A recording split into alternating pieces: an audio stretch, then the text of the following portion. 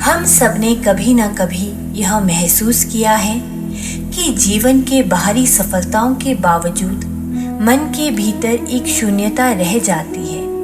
एक ऐसा प्रश्न जो बार बार उठता है, क्या यह जीवन केवल यहीं तक सीमित है या कोई ऐसा सत्य है जो सब कुछ जोड़ कर रखता है। अध्याय 7 के ये श्लोक 7 से 12 इसी गहन सत्य को उजागर करते हैं। यहाँ भगवान श्री कृष्ण स्वयं को उस सूत्र के रूप में प्रस्तुत करते हैं जिसमें पूरा जगत पिरोया हुआ है। जैसे मोतियों की माला में धागा अदृश्य रहते हुए भी हर मोती को जोड़कर रखता है। आज के युवाओं और प्रोफेशनल्स के लिए यह संदेश अत्यंत प्रासंगिक है। जब जीवन में अलग अलग चुनौतियां आती हैं, लक्ष्य बिखरे हुए महसूस होते हैं और मन उलझनों से घिर जाता है, तब इन श्लोकों का स्मरण कर लेना चाहिए कि कोई ऐसी चेतना है जो हर जगह व्याप्त है। कोई एक शक्ति है जो सबको जोड़ती है और वही शक्ति हमारे भीतर भी विद्यमान है। इन श्लोकों का अभ्यास हमें सिखाता है कि कैसे हर परिस्थिति में अपने भीतर स्थिरता और आनंद बनाए रखा जाए।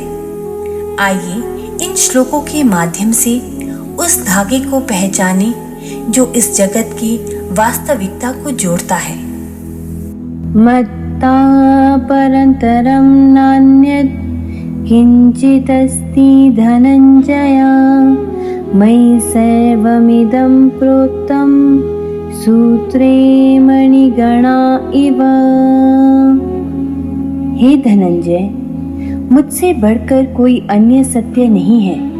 यह संपूर्ण संसार मुझ में ही पिरोया हुआ है, जैसे मोतियों की माला में धागा पिरोया होता है।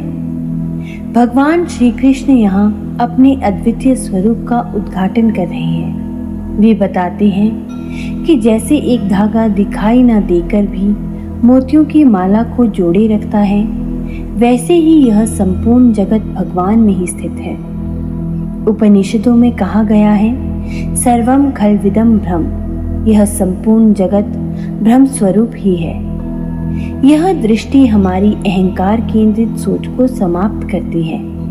जब हम जान लेते हैं कि सब कुछ उसी एक चेतना में स्थित है, तो जीवन में सहजता और नम्रता आ जाती है। हर व्यक्ति और परिस्थिति में परमात्मा का ही अंश देखो।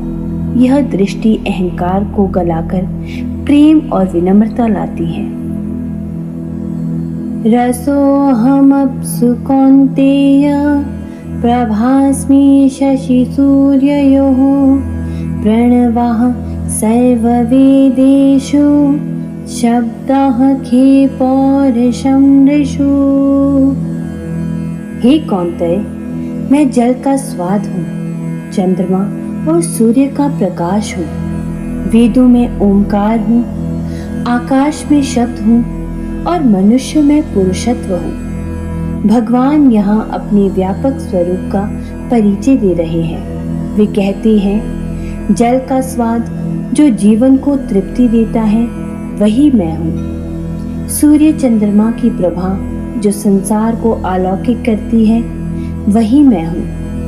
वेदों का ओंकार जो संपूर्ण सृष्टि का मूल नाद है, वही मैं हूँ। आकाश का शब्द जो संचार का माध्यम है, वही मैं हूँ। और मनुष्य का तेज, सामर्थ्य और पुरुषार्थ, वही मैं हूँ। यह श्लोक सिखाता है कि परमात्मा केवल मंदिर या मूर्ति में सीमित नहीं, बल्कि हर जगह उसी का प्रकाश है। हर वस्तु की सुंदरता और शक्ति में भगवान का दर्शन करो। यह दृष्टि जीवन को पवित्र बना देती है।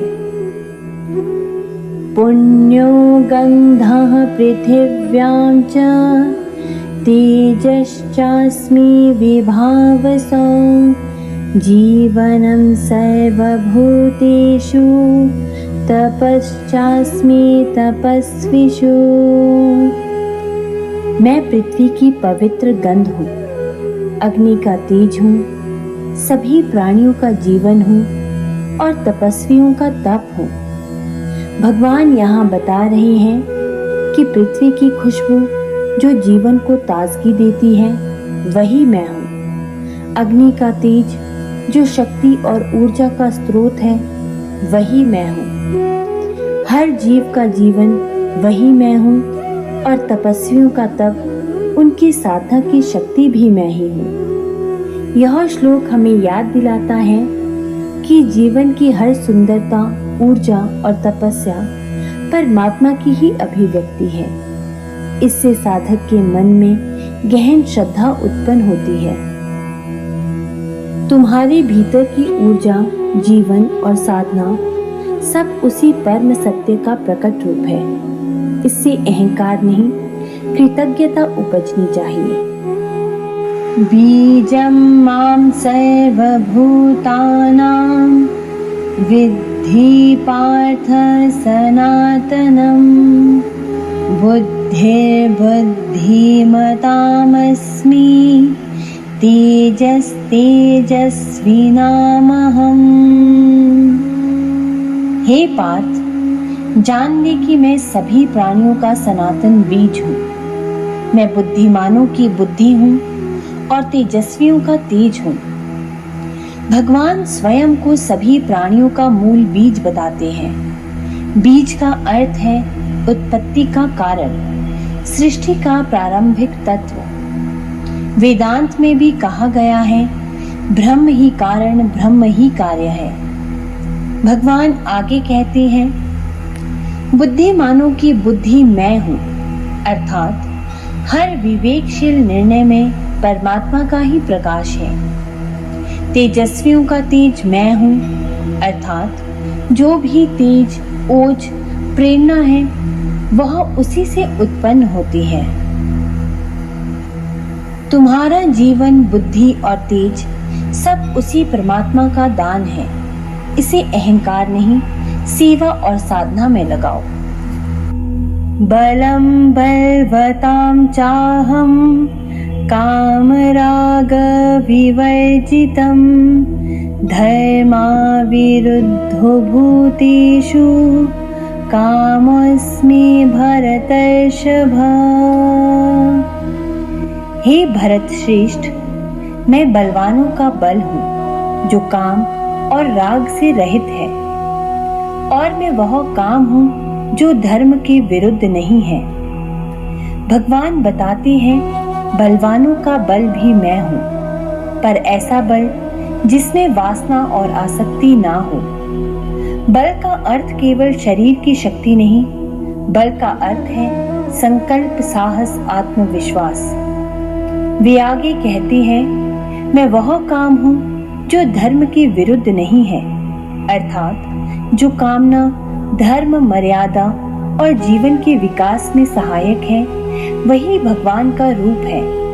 जो कामना अधर्म में बदल जाए वह मोह बन जाती है। तुम्हारी शक्ति और इच्छाएं यदि धर्म युक्त है तो वही तुम्हारे जीवन को ऊंचा उठाती है। धर्म में रहकर ही कामनाओं को सार्थक करो। ये चैव सात्विका भावा राजसास्तामसाश्च ये मत्त एवेति तान् विद्धि न त्वहं तेषु ते मयि। सात्विक, राजस और तामस ये सब भाव मुझसे ही उत्पन्न होते हैं, परंतु मैं उनमें नहीं हूँ, वे मुझ में स्थित है। भगवान यहाँ तीनों गुणों की व्याख्या कर रहे हैं। सात्विक यानी पवित्रता, ज्ञान, शांति। राजसिक क्रिया, इच्छा, उद्यम। तामसिक अंधकार, आलस्य, मोह। ये सब गुण परमात्मा से उत्पन्न होते हैं, लेकिन भगवान स्वयं इनसे परे हैं।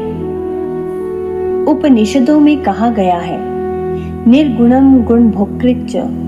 भगवान निर्गुण भी है और गुणों के भोक्ता भी।